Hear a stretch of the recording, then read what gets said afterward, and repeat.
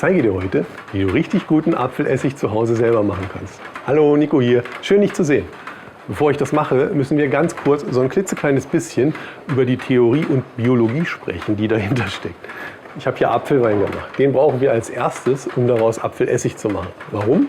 Na, Essigsäurebakterien verwerten Alkohol. Als Stoffwechselprodukt, pup, pup, entsteht dabei Essigsäure. Das geschieht in einer sauerstoffreichen Umgebung. Der Alkohol hier im Apfelwein wurde von Hefen produziert in einer sauerstoffarmen Umgebung. Ich weiß, ich bin bescheuert. Also Essig zu machen ist also ein Prozess in 2 Schritten.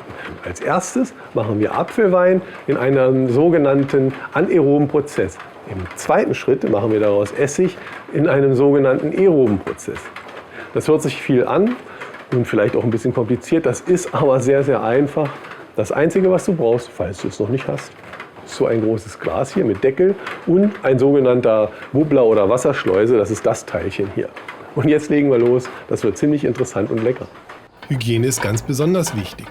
Darum beginne ich damit, alle Arbeitsgeräte, die mit dem Apfelwein in Berührung kommen können, gründlich zu reinigen und zu desinfizieren. Dafür lege ich alles für 15 Minuten in eine Lösung ein, in der ich Sterilisationstabletten für Babyflaschen aufgelöst habe. Danach können wir uns um die Äpfel kümmern und sie gründlich waschen. Welche Äpfel du verwendest, spielt keine Rolle. Nimm einfach die du hast oder die dir am besten gefallen. Ich verwende zum Entsaften meinen Mixer und schneide die Äpfel in entsprechend kleine Stücke. Mit einem Entsafter geht das natürlich wesentlich einfacher und effektiver. Aber wenn man den nicht hat, lässt man sich trotzdem nicht davon aufhalten und mixt halt fleißig. Wenn ein Mixer die Äpfel nicht so ohne weiteres mixen will, gib etwas Wasser dazu, dann geht es einfacher. So habe ich das gemacht. Das Apfelpüree dann durch ein Passiertuch filtern oder ein Stück Gardinenstoff wie ich hier und richtig kräftig auspressen. Wie gesagt, wer einen Entsafter hat, ist eindeutig im Vorteil. Du kannst natürlich auch schon fertigen Apfelsaft nehmen, aber wo bleibt denn dann da der Spaß?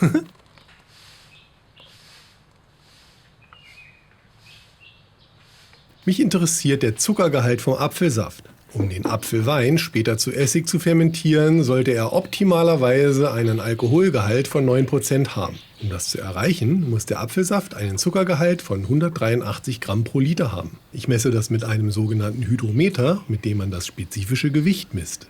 Ich mache das nur, damit du das nicht machen musst. Auch wenn dein Apfelsaft etwas mehr oder weniger Zucker enthält, werden die Werte nicht meilenweit auseinander liegen. Wie man jetzt am Hydrometer ablesen kann, hat der Apfelsaft ein spezifisches Gewicht von 1031, was einem Zuckergehalt von 78 Gramm pro Liter Apfelsaft entspricht. Woher ich das weiß? Zum Hydrometer gibt es eine Tabelle zum Umrechnen dazu. 78 Gramm Zucker würde bedeuten, wenn wir den Apfelsaft so fermentieren, dass er später nur einen Alkoholgehalt von 3,9% hätte. Dadurch hätten die Essigsäurebakterien später nicht genügend Alkohol als Nahrung, um sie in Essigsäure umzuwandeln. Der Essig wäre also wenig sauer und würde im schlimmsten Fall verderben, bevor er überhaupt fertig ist. Das hatte ich alles schon, darum erwähne ich das. Und damit du verstehst, warum wir noch Zucker dazugeben müssen. Noch schnell gerechnet, wie viel Zucker ich brauche. 183 minus 78 macht gleich 105 Gramm Zucker pro Liter Apfelsaft. Ich habe hier 4,3 Liter Apfelsaft mal 105 Gramm Zucker. Das macht gleich 451,5 Gramm Zucker. Da nur etwa 80% Zucker in Alkohol umgesetzt werden, verwenden wir einen Zuschlag von 90 Gramm und geben 540 Gramm Zucker auf 4,3 Liter Apfelsaft. Jetzt, da wir wissen, wie viel Zucker wir brauchen, können wir ihn auch abwiegen. Du hast wahrscheinlich eine andere Menge Saft und musst das dann einfach nur umrechnen. Unterhalb vom Video in der Infobox habe ich das für 1 Liter Saft dargestellt. Den Zucker dann einrühren und anschließend gleich 1 Teelöffel voll Weinhefe. Kann man die Hefe weglassen? Ja, die Hefe kann man weglassen, denn Hefen befinden sich durchaus auf den Äpfeln. Aber welche und ob es genug sind, ist uns nicht bekannt. Daher ist das ein Glücksspiel. Wenn es schlecht läuft, verdirbt der Apfelsaft. Oder es bildet sich Alkohol, aber der Apfelwein schmeckt nicht. Dann hast du dir die Mühe umsonst gemacht. Oder du fermentierst den Apfelwein und dein Essig schmeckt nach 3 Monaten Arbeit einfach nicht lecker. Daher, kauf dir ein Päckchen Weinhefe für 1,50 € oder was das kostet. Und alles wird gut und lecker. Glaub mir, der Weinproduzent verlässt sich auch nicht auf den Zufall. Den Apfelsaft dann in ein Glas abfüllen und mit einem Deckel verschließen, in dem sich so ein Bubbler mit Wasserschleuse befindet. Er sorgt dafür, also der Bubbler, dass die entstehende Kohlensäure aus dem Glas entweichen, aber keine Luft ins Glas kommen kann. Denn merke, Die alkoholische Fermentation ist eine Fermentation unter Sauerstoffausschluss. Das Glas zum Fermentieren an einen schattigen, möglichst warmen Ort stellen und für etwa 14 Tage fermentieren lassen. Nach 24 Stunden bis zu 3 Tagen ist dann die erste Aktivität zu beobachten. Außerdem kann man an der Wasserschleuse später gut erkennen, wann die Fermentation abgeschlossen ist, nämlich dann, wenn keine Luftbläschen mehr darin zu erkennen sind. Wenn die alkoholische Fermentation abgeschlossen ist, müssen wir den Wein filtern. Ich hänge mir dafür ein Sieb in eine große Schüssel und lege das Sieb mit einem Passiertuch aus. Alles sterilisiert natürlich. Den Apfelwein durchlaufen lassen und bis das soweit ist, das Glas reinigen und sterilisieren. Das verwenden wir nämlich gleich wieder. Ich gehe davon aus, dass du noch keine Essigmutter hast, so wie ich auch angefangen habe. Es gibt nun 2 Möglichkeiten. Du überlässt deinen Apfelwein dem Zufall und hoffst, dass daraus Essig wird, oder du gibst einen nicht pasteurisierten Essig dazu, der noch lebende Essigsäurebakterien enthält. In der Regel wird das ein Bio-Apfelessig sein. Auf der Flasche steht vielleicht sogar mit Essigmutter oder etwas Ähnliches darauf. Ich verwende hier einen sehr guten Bio-Apfelessig. Falls du dich fragst, warum brauche ich Essig, um Essig zu machen?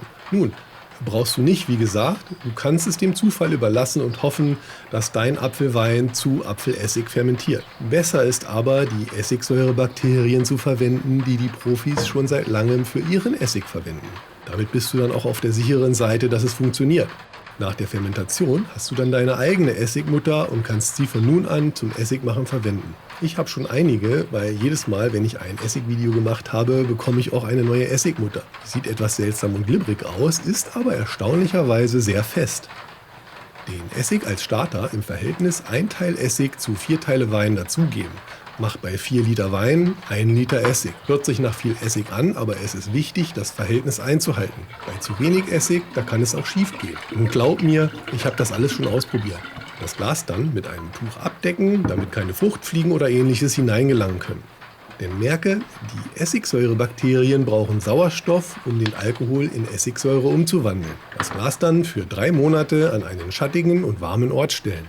Je nachdem, wie gut die alkoholische Fermentation abgeschlossen war, dauert es 2 bis 4 Wochen, bis die Essigmutter zu wachsen beginnt. Du wirst das daran erkennen, dass sich ein weißer Schleier auf dem Apfelwein bildet und dünne Fäden davon herab in den Wein hängen. So sehe ich nach 3 Monaten aus. Und der Apfelessig sieht nach 3 Monaten so aus. Und wie man sehen kann, hier ist eine richtig schöne Essigmutter gewachsen. Und das Einzige, was wir jetzt noch machen müssen, ist den Essig zu filtern und in Flaschen abzufüllen. Und das mache ich jetzt mal ganz schnell. Bevor wir den Essig filtern, nehme ich noch die Essigmutter heraus und lege sie ins Glas zu den anderen. Wenn du nicht gleich wieder Essig ansetzt, lagere deine Essigmutter in etwas vom Essig und gib etwas frischen Wein dazu, damit die Essigsäurebakterien genug Nahrung haben. Ob du roten oder weißen Wein verwendest, spielt keine Rolle. Er sollte nur nicht geschwefelt sein, da das die Bakterien abtötet. Wenn du dann wieder Apfelessig oder einen anderen Essig, Ananasessig kann ich sehr empfehlen, ansetzt, legst du deine Essigmutter hinein, anstatt ihn mit einem anderen Essig zu impfen. Den Essig dann in sterile Flaschen abfüllen und kühl und dunkel lagern. Sei so lieb und drück ganz kurz den Daumen nach oben Knopf. Das hilft mir nämlich unheimlich, weil das Video dann auch anderen Zuschauern angezeigt wird. Falls du meinen Kanal noch nicht abonniert hast, abonniere auch gerne meinen Kanal. Das weiß ich wirklich sehr zu schätzen. Dankeschön!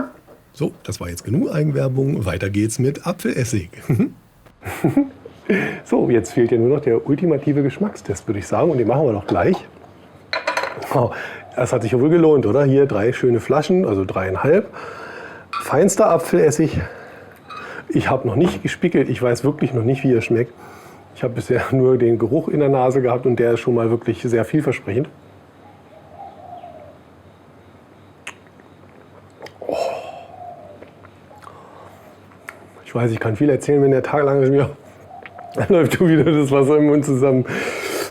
Ja, so muss das sein bei richtig gutem Essig. Also der schmeckt ganz hervorragend. Wunderbare Säure. Schönes Apfelaroma. Also das findest du nicht bei gekauftem Essig. Also so einen Essig, den kannst du nicht kaufen. Den kannst du wirklich nur selber machen. Das gesagt, der Nico verabschiedet sich für heute.